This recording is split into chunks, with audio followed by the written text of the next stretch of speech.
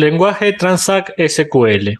Existen dos clases de lenguaje Transact SQL, DDL y DML. DDL o lenguaje de definición de datos se utiliza para definir y administrar objetos de la base de datos como por ejemplo bases, tablas y vistas.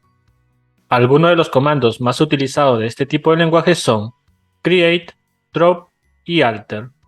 Por otro lado, DML o lenguaje de manipulación de datos se utiliza para manipular la información de las bases de datos como por ejemplo seleccionar filas, filtrar, insertar, modificar y eliminar datos no deseados.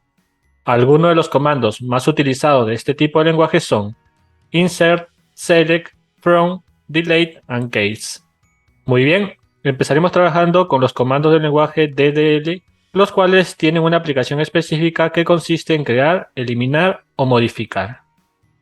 Create, que me permite crear un objeto de la base de datos. Por ejemplo, para crear una base o database existen dos formas. Una forma visual, mediante el cual damos un clic derecho a la base de datos y damos clic a la opción Nueva base de datos, para finalmente asignarle un nombre a la base.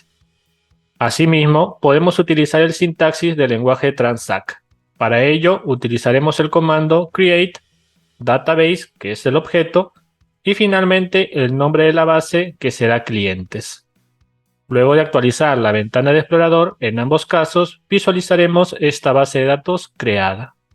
De igual forma, podemos crear una tabla ya sea de forma visual, dando un clic derecho en la carpeta tablas de la base de datos donde deseamos crear la tabla, y dando clic al botón Nueva tabla.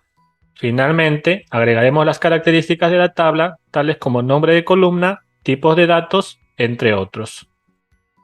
También podemos crearlo usando la sintaxis del lenguaje Transact. Para ello, usaremos el comando create table, que es el objeto, y finalmente el nombre de la tabla, que será datos. Seguidamente, entre paréntesis y separado por comas, agregaremos los nombres de columnas seguidos de las características de la columna. Por ejemplo, podemos agregar el tipo de dato. Luego de actualizar la ventana del explorador de objetos en ambos casos, visualizaremos esta tabla dentro de la base de datos donde se creó. Drop, que me permite eliminar algún objeto de la base de datos, podemos proceder igualmente de dos formas.